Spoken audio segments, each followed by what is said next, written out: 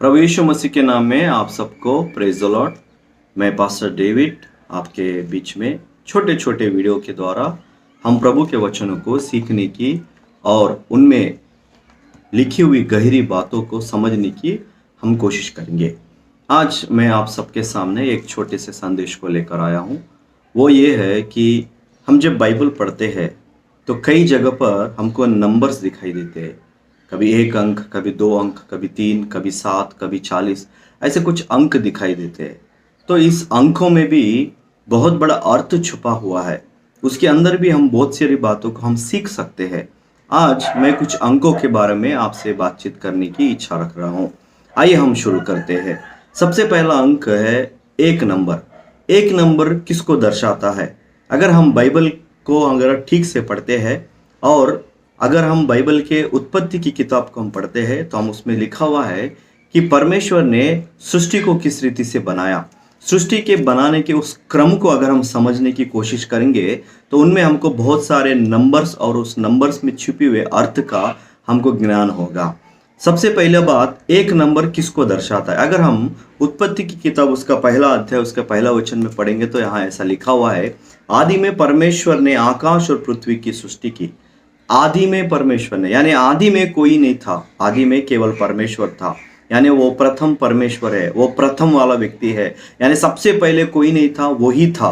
इसका मतलब ये है कि 1 नंबर जो है वो परमेश्वर को दर्शाता है। वैसा ही बाइबल में लिखा हुआ है, सृष्टि के क्रम को जो परमेश्वर ने बनाया, अगर हम उसके ध्यान करते हैं तो उसमें लिखा हुआ है कि परमेश्वर ने पहले दिन उसने उजियाला को बनाया। ये उजियाला परमेश्वर को सूचित करता है। इसलिए प्रभु यीशु मसीह भी अपने वचन में कहते हैं कि मैं जगत की ज्योति हूँ, और कई जगह पर उजियाला को परमेश्वर के साथ में तुलना किया गया है। पहला जो नंबर है ये परमेश्वर को सूचित करता है। आइए हम देखते हैं दूसरा नंबर किस चीज को सूचित करता है। दूसरा जो नंबर है वो अलग करना यानी सेपरेशन को सूचित करता है। कैसा? अगर हम फिर से सृष्टि के उस परमेश्वर ने बनाए उस क्रम को अगर हम समझने की कोशिश करेंगे, उसमें हमको दिखता है कि दूसरे दिन परमेश्वर ने क्या किया। दूसरे दिन परमेश्वर ने, लिखा हुआ है कि दूसरे दिन परमेश्वर ने जल के बीच एक ऐसा अंतर किया कि जल को 2 भाग हो गए। यानी जल के अंदर परमेश्वर ने एक अंतर को सृष्टि किया और वो जो जल है वो 2 भाग में हो गए, मतलब वो सेपरेट हो गया, वो अलग हो गया। ऐसा हम बाइबल में हम पढ़ते हैं। यानी दूसरा जो नंबर है वो अलग करने को दर्शाता है। तीसरा जो नंबर है वो परमेश्वर का यानी प्रभु यीशु मसीह के जी उठने को दर्शाता है, रिजरेक्शन को ये दर्शाता है। आइए हम देखते हैं फिर से। अगर हम सृष्टि के क्रम को अगर हम समझने की कोशिश करेंगे तो बाइबल में लिखा हुआ है, परमेश्वर ने तीसरे दिन क्या बनाया? परमेश्वर ने तीसरे दिन पानी के बीच में से पानी को अलग कर पानी के अंदर से पृथ्वी को उसने बाहर निकाला, और पानी को अलग कर उसके समंदर और भूमि को अलग करके उसे पृथ्वी करके उसको नाम दिया गया है। यानी इसका मतलब यह है कि जो अंदर से, पानी के अंदर से बाहर निकलना, इसको हम रिजरेक्शन हम समझेंगे, या फिर उसको जी उठना या फिर बनाना, उसको हम लोग उसको सूचित करता है। वैसे अगर हम योना की किताब पढ़ते हैं तो योना के बारे में भी ऐसा लिखा हुआ है कि योना मछली के पेट से वो बाहर में, समंदर के बाहर वो आया था, यानी वो भी बाहर आया हुआ है, यानी उसको भी बाहर आना पड़ा।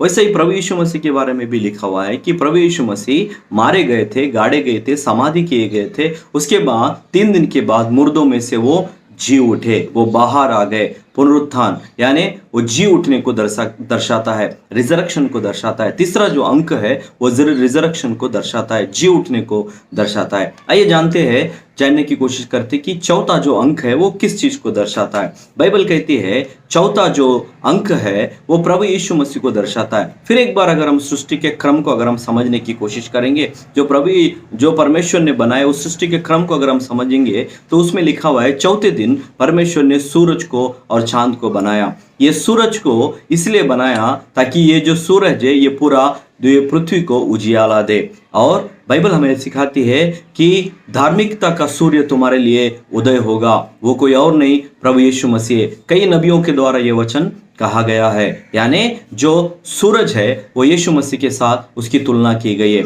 और बाइबल कहती है कि सूरज जैसे कि उजियाला देने के लिए आया, वैसे प्रभु यीशु मसीह कहते हैं कि मैं जगत की ज्योति हूँ, वो भी एक उजियाला है। यानी ये जो 4 जो नंबर है प्रभु यीशु मसीह को सूचित करता है। 5वां जो अंक है वो किसको सूचित करता है? 5वां जो अंक है वो परमेश्वर के सृष्टि को और परमेश्वर के अनुग्रह को सूचित करता है। 5वें दिन परमेश्वर ने समंदर की जीव जंतुओं को और आकाश के पक्षियों को बनाया, ऐसा बाइबल कहती है। यानी ये जो पृथ्वी है, ये जो सृष्टि है, ये परमेश्वर का एक बहुत बड़ा मतलब वेपन है। एक ऐसा बोल सकेंगे कि वो एक प्रकार का हथियार है जो वो इस्तेमाल करता है और वो उसकी शक्ति को दर्शाता है। परमेश्वर ने बनाई हुई उस पृथ्वी को देखकर परमेश्वर की शक्ति को हम लगा सकते हैं। उतना ही नहीं, लेकिन यही सृष्टि परमेश्वर के अनुग्रह को भी दिखाता है। जैसा कि मैंने कहा कि समंदर के जंतुओं को परमेश्वर ने बनाया, आकाश के पक्षियों को परमेश्वर ने बनाया और वो सब परमेश्वर की बातों को वो सुनते हैं। जैसा कि हमने सुना योना के बारे में, जब योना मछली के पेट में था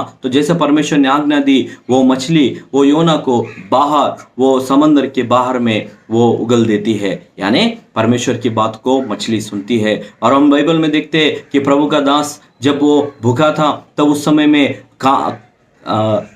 कौवों के द्वारा परमेश्वर ने मांस को भेजा।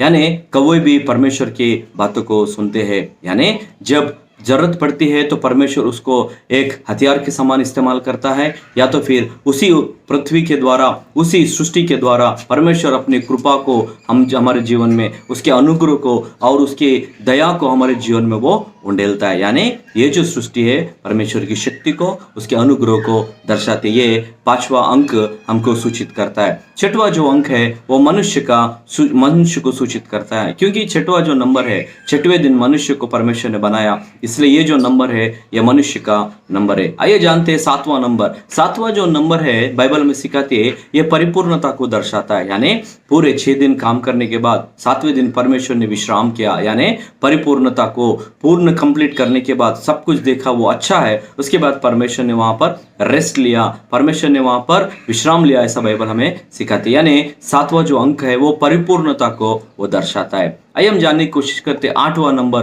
किस चीज को दर्शाता है। फिर एक बार हम सृष्टि के क्रम को देखेंगे तो हम देखते हैं कि 7 दिन जो है एक सप्ताह है, एक हफ्ता है। जो अगर 8वां दिन आता है तो फिर से एक सप्ताह की शुरुआत होती है। यानी 8वां जो दिन है वो नई शुरुआत को दर्शाता है। प्रिय भाई बहनों, नूह के समय में जब परमेश्वर ने जल प्रलय को लेकर आया और नूह और उसके परिवार को जब उसने बचाया, बाइबल कहती है वो सब 8 लोग थे। यानी 8 लोगों के द्वारा परमेश्वर ने फिर से इस उत्पत्ति को बढ़ाया, फिर से मनुष्य जाति को बढ़ाया, उनके फैमिली को ब्लेस कर परमेश्वर ने पृथ्वी को फिर से भर दिया, ऐसा हम देखते हैं। यानी एक नई शुरुआत, 8वां जो नंबर है एक नई शुरुआत को दर्शाता है। प्रिय भाई बहनों, ये जो मेरा चैनल है आप सब्सक्राइब कीजिए। हर रोज आप नए छोटे छोटे वीडियोस के द्वारा हम प्रभु के वचन को गहराई से सीखने की हम कोशिश करेंगे। प्रभु इन सब बातों के द्वारा आपको बहुत ऐसे आशीष दे। आमीन।